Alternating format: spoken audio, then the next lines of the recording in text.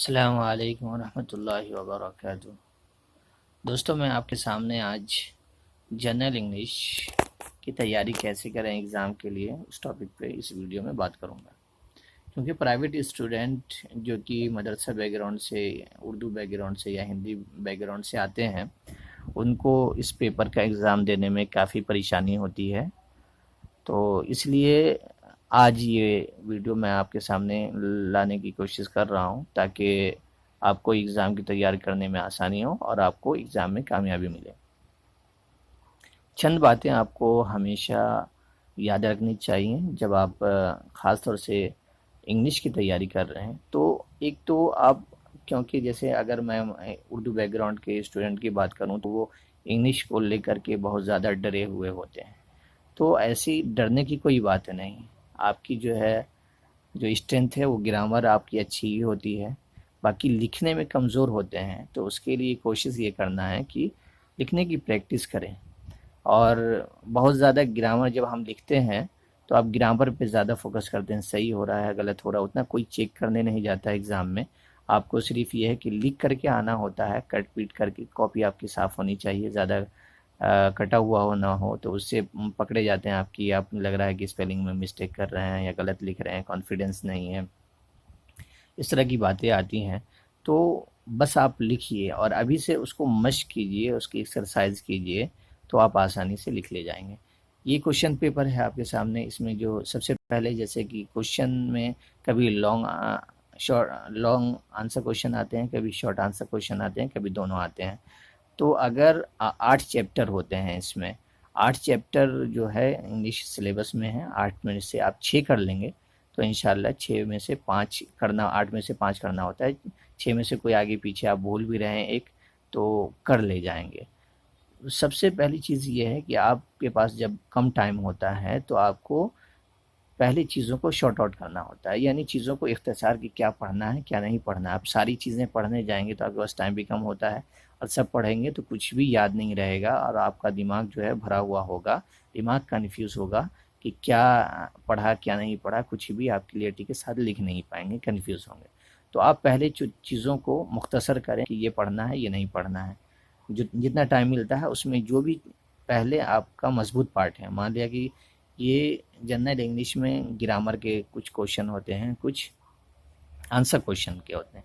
आपको लिखने में परेशानी है, आपको दिक्कत होती है, ग्रामर लिख पाएंगे नहीं लिख पाएंगे, क्या कहते हैं कि सही से सेंटेंस बना पाएंगे नहीं बना पाएंगे, क्या बात लिखें कैसे लिखें, तो आप ग्रामर के पार्ट को जोड़ दें। जैसे कि ग्रामर में क्या आर्टिकल से क्वेश्चन आते हैं, कहाँ पे ए लगेगा, कहाँ एन लगेगा, कहाँ पे द लगेगा। और इसी तरीके से क्वेश्चन आते हैं एडजेक्टिव से, आते हैं सुपरलेटिव कंपैरेटिव डिग्री कहाँ पे लगेगी, इससे आते हैं वर्ब से, आते हैं पास्ट प्रेजेंट कौन सा लगेगा, जैसे गो है वेंट है, कहाँ पे क्या कहते हैं कि इसी तरीके से आता है प्रीपोजिशन, छोटे छोटे फ्रॉम टू, है ना, ये सब आते हैं, तो कहाँ पे ये सब लगेंगे। तो ये सबसे क्वेश्चन आते हैं 5-5 नंबर के, 20-30 नंबर के, तो यही क्वेश्चन होते हैं।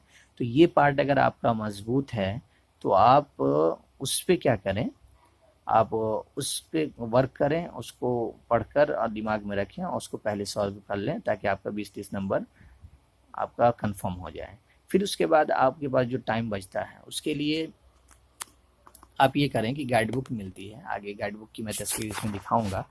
गाइड बुक मिलती है, उसको आप पढ़ें। ग्रामर के लिए मैं एक बात ये कहना चाहता हूँ कि जैसे ग्रामर के लिए मैं बहुत शॉर्ट नोट बना करके, शॉर्ट वीडियो बना करके आपके सामने अगली वीडियो लाऊंगा एक।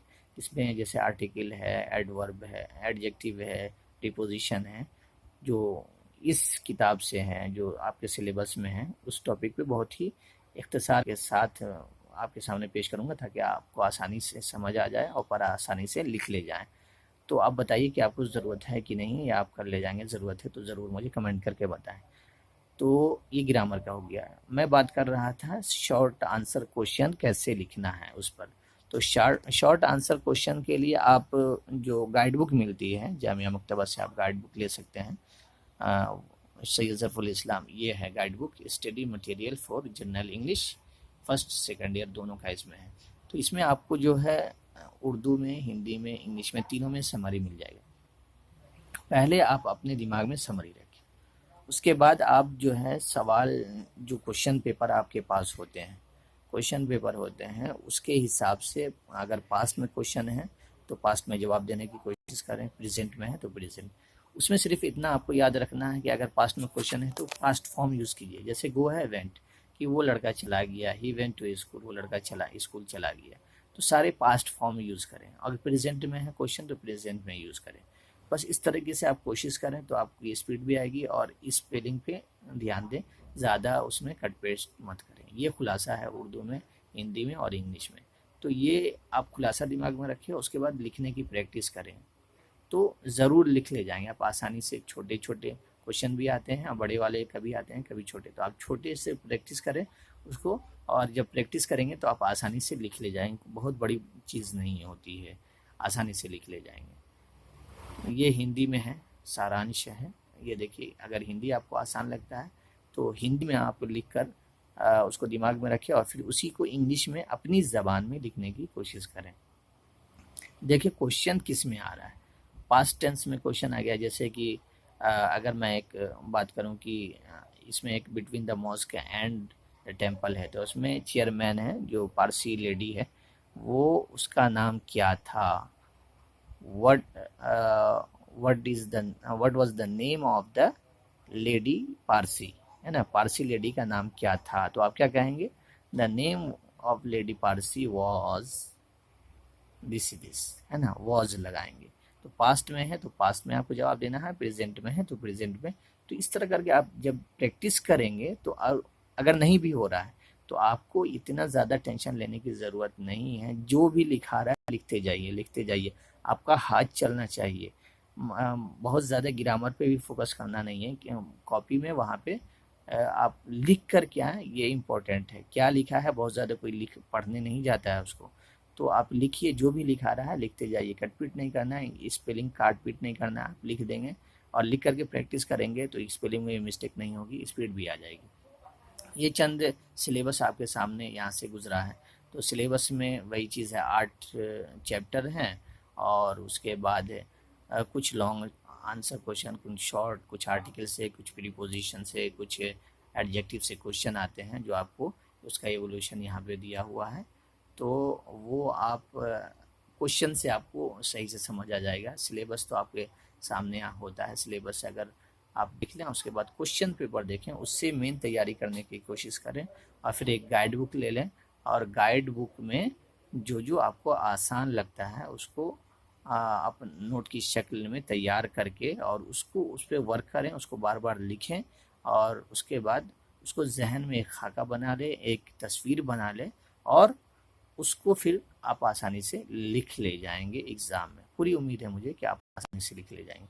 होता यह है, डर सिर्फ इस बात का होता है कि हम सेंटेंस नहीं बना पाते हैं। तो आपको उसको घबराना नहीं है। जब आपके दिमाग में खुलासा होगा और थोड़ा सा आपको पास्ट प्रेजेंट की समझ है, नहीं है तो थोड़ा सा पढ़ लीजिए और लिखिए। और लिखिए तो बहुत ज़्यादा ग्रामर पे ध्यान देना। आप अपनी बात कहने की कोशिश कीजिए, सही गलत कोई बात नहीं।